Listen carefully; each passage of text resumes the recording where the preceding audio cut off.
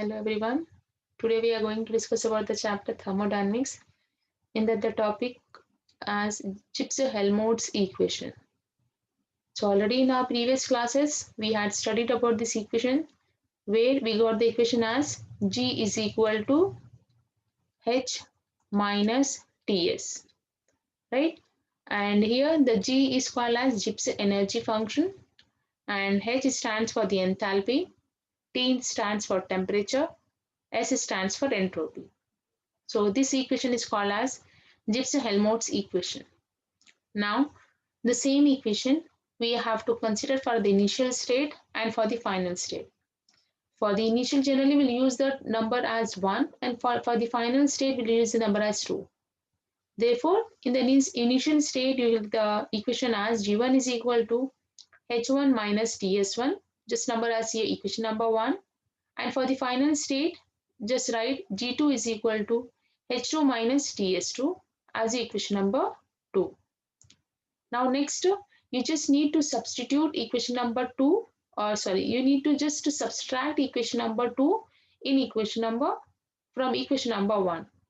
Therefore, you get the equation as G2 minus G1 is equal to H2 minus H1 minus Ts2 minus Ts1. Simply we have subtracted equation number 2 from equation number 1. Therefore, so when you observe this equation, or complete equation is showing the change. That is G2 minus G1 is nothing but the final minus initial, means which is showing a change. So as we have studied in our previous classes, for a change we represent with a symbol delta. So here you will get the equation as delta G is equal to delta H minus T delta S, right? So here just number this as your equation number 3, which is called as the change in Gibbs-Helmholtz equation. Now this equation, Gibbs free energy equation, when you do with respect to temperature at a constant pressure, you'll get the equation as dou G by dou T, right? Here you are having the equation dou G by dou T at a constant pressure, which will be is equal to minus S, right? This equation number 3, we have done variation with respect to temperature at a constant pressure. Therefore, we got the equation as dou G by dou T at a constant pressure is equal to minus S. Just number this as the equation number 4. Next, you have to write this equation number 4 as for the initial state and also for the final state. So when you write for the initial state, you will get the equation as dou G1 by dou T at a constant pressure is equal to minus S1. Similarly, when you write for the final state, that is dou G2 by dou T at a constant pressure is equal to minus S2. Right? So just number this as equation number 5 and equation number 6. Now, once you get initial and final value, what we need to do? We need to subtract it. So subtracting equation number 5 and equation number 6, you will get the equation as dou G2 by dou T at a constant pressure is equal to dou G1 by dou T. Here we are not representing with the one term with respect to temperature. So you need to write as dou G1 by dou T at a constant pressure is equal to minus S2 minus S1. So in turn, this is showing a change, that is a final minus initial, that is G2 minus G1. So instead of writing the different terms, you can write the equation as dou G2 minus G1 by dou T at a constant pressure is equal to minus S2 minus S1. So here when you observe it, both the sides, it is showing a change.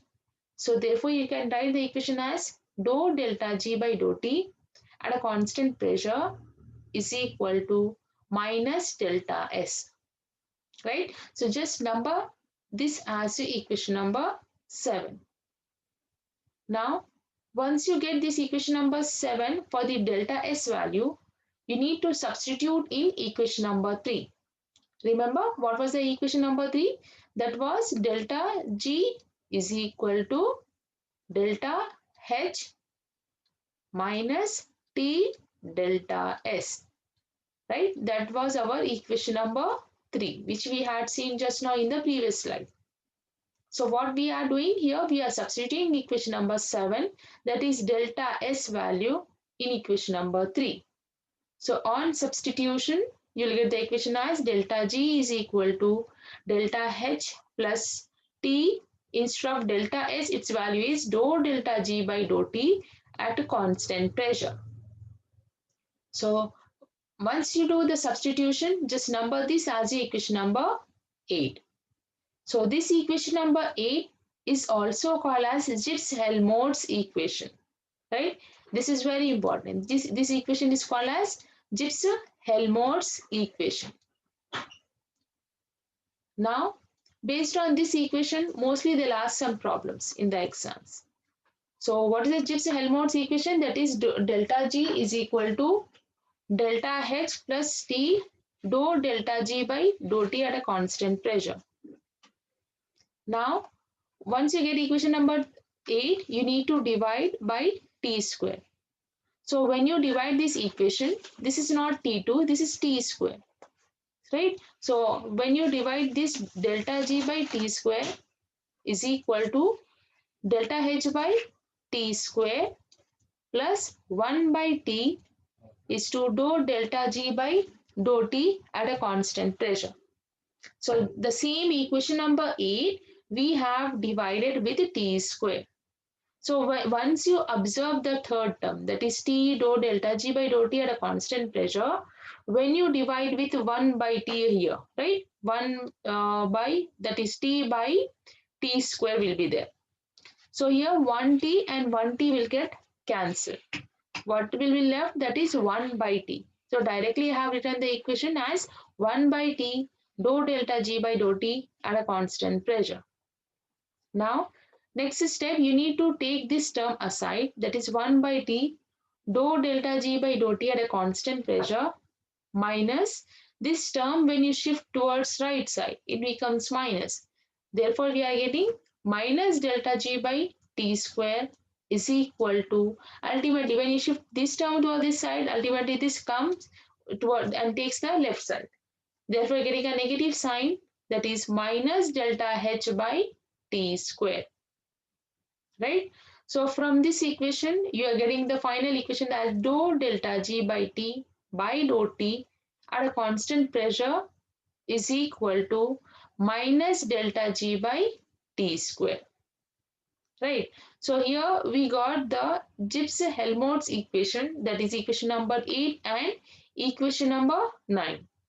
Similarly, when you apply for the same Helmholtz equation, so as we know Helmholtz equation, that is A is equal to E minus Ts, right? As we have seen in the Gibbs free energy, where we have considered G is equal to H minus Ts. Similarly, we need to consider here also the same equation, that is G is equal to, instead of G is equal to H minus Ts, we have taken A is equal to E minus Ts.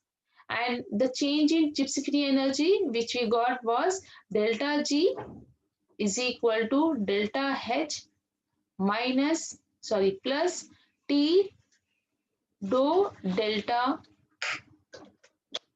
G by dou T at a constant pressure, right? Similarly, here also you will get the same equation, that is equation number 10, as delta A is equal to delta G plus T dou delta A by dou T at a constant pressure.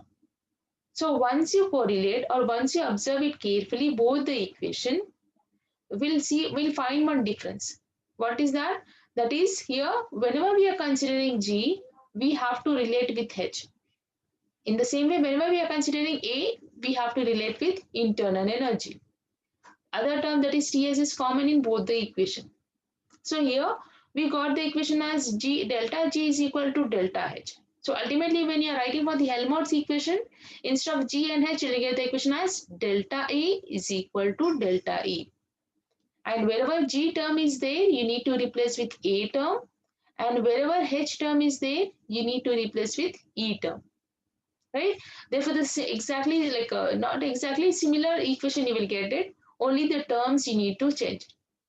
In the same way which you got the equation number 9, where also like there also you need to change the delta G with that of delta A.